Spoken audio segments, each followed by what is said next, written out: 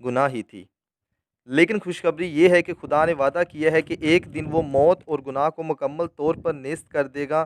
اس وقت ایک نیا آسمان اور نئی ہی زمین ہوگی، اور خدا پھر سے اسی طرح انسان کے ساتھ سکونت کرے گا جیسا کہ باغ عدن میں تھا۔ مکاشفہ 21 باب 3 آیت۔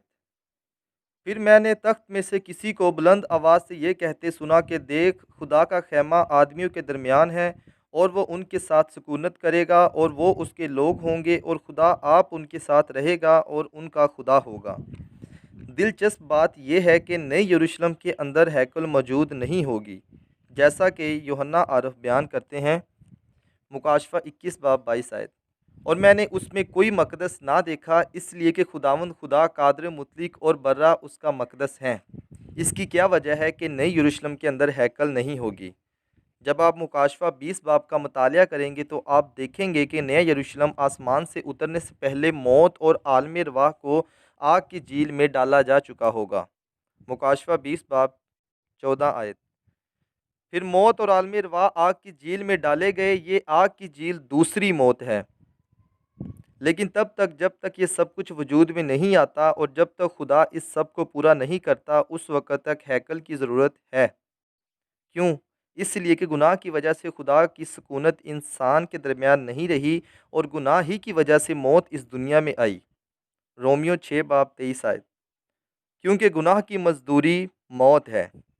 سادہ سی بات یہی ہے کہ خدا پاک ہے اور وہ گناہ اور موت میں کبھی بھی سکونت نہیں کر سکتا۔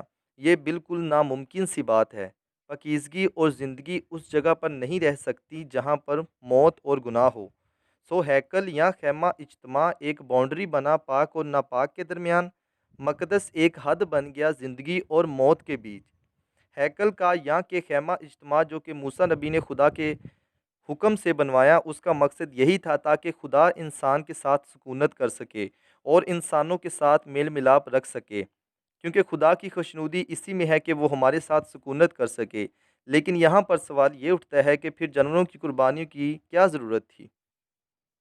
میں آپ کو بتانا چاہتا ہوں کہ جب خیمہ اجتماع بن کر مکمل ہو گیا تو وہ خدا کی معموری سے بھر گیا، اور ہم دیکھتے ہیں کہ کوئی بھی خدا کے جلال کی وجہ سے وہاں پر کھڑا نہ رہ سکا۔ خروج 40 باب 34 سے 35 آیت۔ تب خیمہ اجتماع پر ابر چھا گیا اور مسکن خداوند کے جلال سے معمور ہو گیا، اور موسیٰ خیمہ اجتماع میں داخل نہ ہو سکا کیونکہ وہ ابر اس پر ٹھہرا ہوا تھا اور مسکن خداوند کے جلال سے معمور تھا۔ سو ہم نے دیکھا کہ خدا کے جلال کی وجہ سے کوئی بھی شخص حتیٰ کہ موسیٰ بھی وہاں پر کھڑا نہ رہ سکا۔ سو انسان کو خدا کے ساتھ رابطے کے لیے کچھ اور بھی درکار تھا۔ اخبار کی کتاب ہمیں بتاتی ہے کہ وہ کیا چیز تھی۔ اخبار پہلا باب 2 آیت۔ بنی اسرائیل سے کہہ کہ جب تم میں سے کوئی خداوند کے لیے چڑھاوا چڑھائے تو تم چپایوں یعنی گائے بیل اور بھیڑ بکری کا چڑھاوا چڑھانا۔ یہ ہمیں وہیں پر واپس لے آتا ہے جہاں سے ہم نے شروع کیا تھا۔ یہی وجہ تھی کہ ہیکل یا خیمہ اجتماع اور لاوی کاہنوں اور قربانیوں کے ایک مکمل سسٹم کی ضرورت تھی۔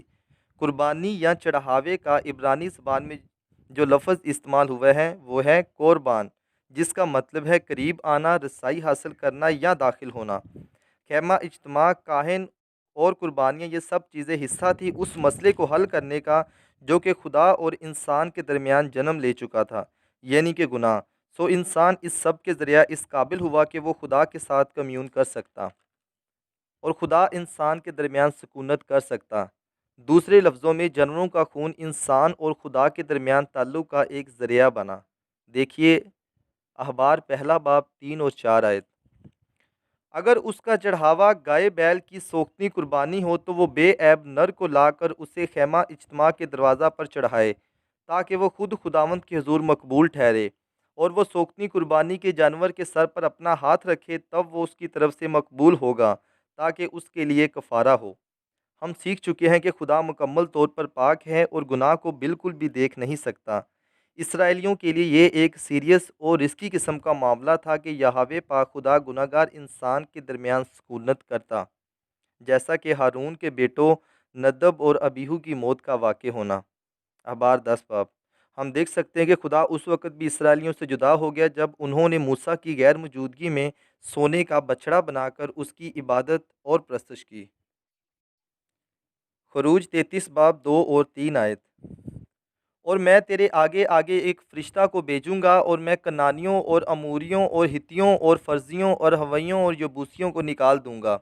اس ملک میں دودھ اور شہد بہتا ہے، اور چونکہ تو گردن کش قوم ہے، اس لیے میں تیرے بیچ میں ہو کر نہ چلوں گا، تا ایسا نہ ہو کہ میں تجھ کو راہ میں فنا کر ڈالوں۔ لیکن بعد میں موسیٰ کی درخواست پر خدا دوبارہ اسرائیلیوں کے ساتھ چلتا ہے۔ خروج 33 باب 15 آیت۔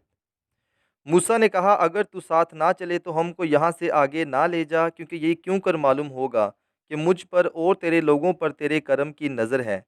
کیا اسی طریق سے نہیں کہ تو ہمارے ساتھ ساتھ چلے، تاکہ میں اور تیرے لوگ روئے زمین کی سب قوموں سے نرالے ٹھہریں؟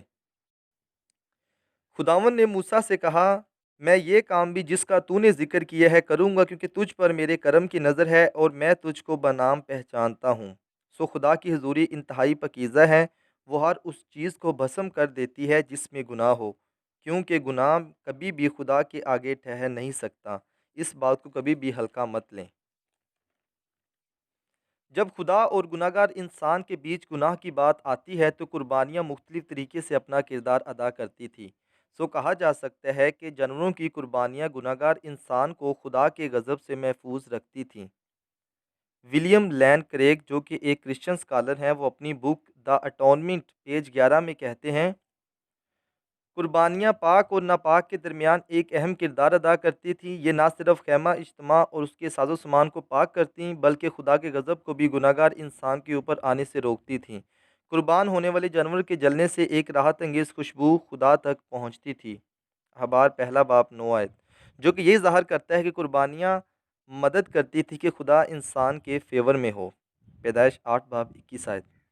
یہ بھی کہا جا سکتا ہے کہ قربانیاں کفارہ ادا کرتی تھی، لیکن اس کے ساتھ ساتھ قربانیاں کاہنوں کو جسمانی پاکیزگی یا کہ ظاہری پاکیزگی بھی دیتی تھیں، تاکہ کاہن کفارہ دے سکے انسان اور خدا کے درمیان گناہ کے مسئلے کا، تاکہ وہ انسان خدا کے اور خیمہ اجتماع کے قریب آ سکے۔ اخبار 4 باب 20 آیت۔ وہ بچڑے سے یہی کیا کرے، یعنی جو کچھ خطا کی قربانی کے بچڑے سے کیا تھا وہی اس بچڑے سے کرے، یوں کاہن ان کے لیے کفارہ دے تو انہیں معافی ملے گی۔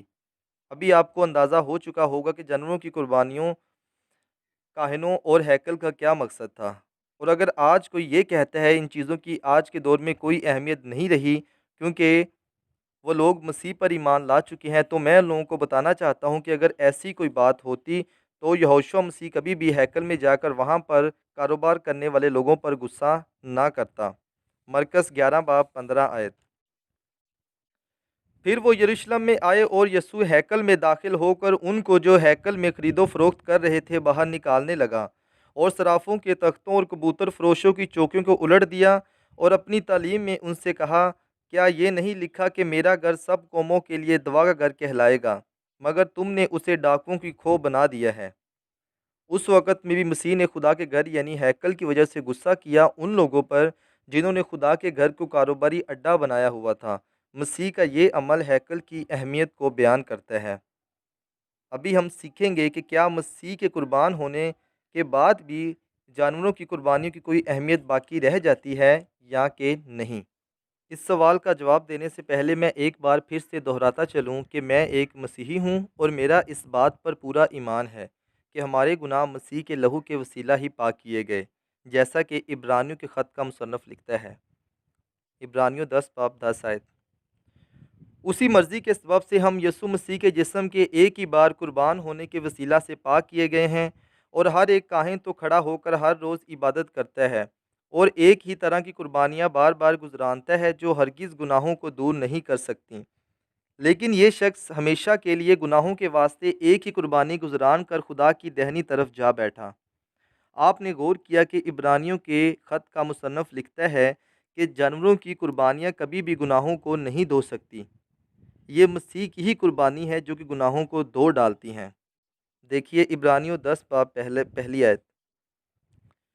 کیونکہ شریعت جس میں آئندہ کی اچھی چیزوں کا عکس ہے اور ان چیزوں کی اصلی صورت نہیں، ان ایک ہی طرح کی قربانیوں سے جو ہر سال بلا ناغہ گزرانی جاتی ہیں، پاس آنے والوں کو ہرگز کامل نہیں کر سکتی، ورنہ ان کا گزراننا موقوف نہ ہو جاتا۔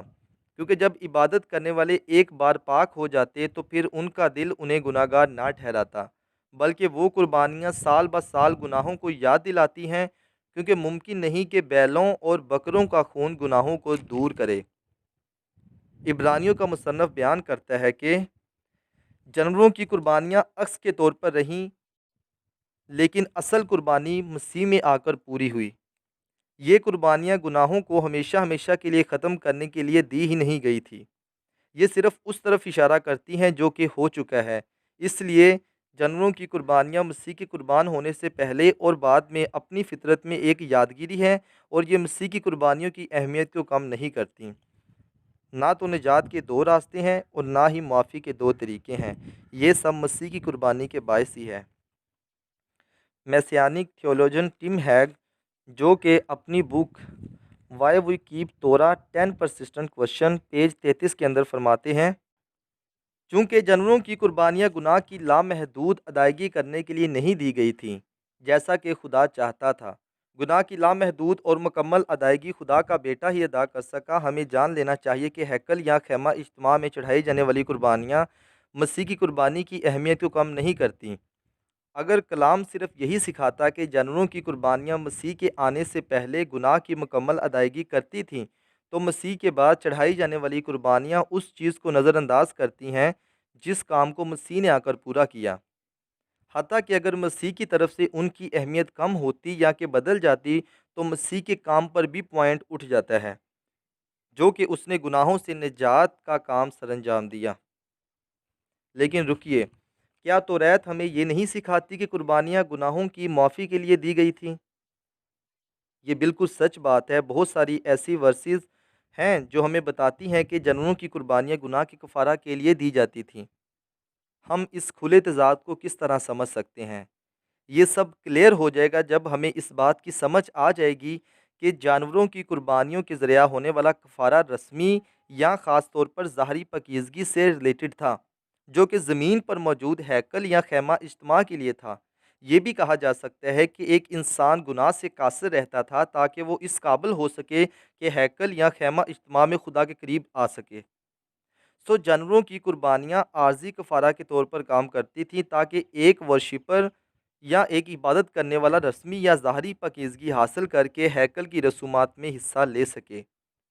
جانوروں کی قربانیاں عکس کے طور پر کام کرتی تھیں خدا کے اس منصوبے کا جو کہ وہ گناہ کو حتمی طور پر ختم کرنا چاہتا تھا، اور وہ بے عیب برے یعنی کہ مسیح کے وسیلہ ہی ممکن ہوا۔ عبرانیوں کا مصنف بھی عارضی اور حتمی کفارہ کے بارے میں بیان کرتے ہوئے کہتے ہیں کہ کیونکہ جب بکروں اور بیلوں کے خون اور گائے کی راکھ ناپاکوں پر چھڑکے جانے سے ظاہری پاکیزگی حاصل ہوتی ہے، تو مسیح کا خون جس نے اپنے آپ کو ازلی روح کے وسیلہ سے خدا کے سامنے بے عیب قربان کر دیا، تمہارے دلوں کو مردہ کاموں سے کیوں نہ پاک کرے گا تاکہ زندہ خدا کی عبادت کریں۔ عبرانیوں 9 باب 13 آیت۔ جسمانی پاکیزگی عبادت کرنے والے کو رسمی پاکیزگی دیتی تھیں تاکہ اس شخص کو ہیکل یا خیمہ اجتماع میں خدا کے نزدیک جانے کی اجازت مل سکے۔ جانوروں کی قربانیاں دل کی صفائی کے لیے دی ہی نہیں گئی تھیں، یہ قربانیاں اس مقصد کے لیے دی ہی نہیں گئی تھیں۔ جانوروں کی قربانیاں زمین پر رہتے ہوئے ظاہری پاکیزگی کے لیے تھیں، اور مسیح کی قربانی آسمانی بادشاہت کے لیے باطنی پاکیزگی کے لیے تھی۔ جانوروں کی قربانیوں کی اہمیت مسیح کی قربانی سے کم نہیں ہوتی کیونکہ وہ باطنی پاکیزگی کے لیے دی ہی نہیں گئی تھی۔ وہ قربانیاں گناہ کو حتمی طور پر نہیں مٹا سکتی تھیں، صرف یہوشوا مسیح کی قربانی ہی ایسا کر سکتی تھی۔ کچھ لوگ کہتے ہیں کہ جانوروں کی قربانیاں منسوخ ہو چکی ہیں کیونکہ اب ہم مسیح پر ایمان لا چکے ہیں۔ میں آپ کو بتانا چاہتا ہوں کہ ایسا بالکل بھی نہیں ہے۔ حصہ اول کے اندر میں بتا چکا ہوں کہ بہت سارے اسکالرز کا یہ کہنا ہے کہ جب مسیح 1000 سالہ بادشاہت زمین پر آ کر کرے گا تو دوبارہ سے ہیکل قربانیاں اور کہانت کے نظام کو بحال کرے گا۔ یسایہ 56 باب 6 آیت، یرمیہ 33 باب 18 آیت، حزقیل 43 باب 18 آیت، ملاکی 3 باب 3 آیت، زکریا 14 باب 20 آیت۔ اسی طرح عبرانیوں کا مصنف بیان کرتا ہے کہ اور اگر وہ زمین پر ہوتا تو ہرگز کاہن نہ ہوتا، اس لیے کہ شریعت کے مطابق نظر گزرانے والے موجود ہیں۔ عبرانیوں 8 باب 4 آیت۔ عبرانیوں کے خط کا مصنف بیان کرتا ہے کہ اگر مسیح زمین پر ہوتا تو وہ کاہن نہ ہوتا، کیونکہ کہانت کی ذمہ داری خدا نے صرف لاوی کے قبیلہ کو دی تھی۔ اور زمین پر رہتے ہوئے مسیح یہوشوا یہودا کے قبیلہ میں سے تھا، اس لیے وہ زمینی کاہن نہیں ہو سکتا بلکہ وہ آسمان پر ہمارا سردار کاہن ہے، کیونکہ زمین پر پہلے کاہن موجود ہیں جو کہ خدا کے حضور قربانیاں گزار رہے تھے جس وقت میں عبرانیوں کا مصنف یہ بات تحریر کر رہا تھا۔ پھر پولس رسول کلسیوں کی کلیسیا کو لکھتے ہیں کہ بس کھانے پینے یا عید یا نئے چاند یا سبت کی بابت کوئی تم پر الزام نہ لگائے، کیونکہ یہ آنے والی چیزوں کا سایہ ہے مگر اصل چیزیں مسیح کی ہیں۔ کلسیوں 2 باب 16 آیت۔ سو پالوس رسول بیان کرتے ہیں کہ یہ ساری آنے والی چیزوں کا عکس ہیں اور خدا اس سب کو وجود میں لائے گا جب خدا کا بیٹا یہوشوا مسیح زمین پر 1000 سالہ بادشاہت کو قائم کرے گا، تب خدا کی شریعت مکمل طور پر اس دنیا میں پوری ہوگی۔ میں امید کرتا ہوں آپ کو اس ویڈیو سے کچھ نیا سیکھنے کو ملا ہوگا۔ خداوند ابراہیم، اسحاق اور یعقوب کا خدا آپ سبوں کو برکت دے۔ آپ سب کو شالوم۔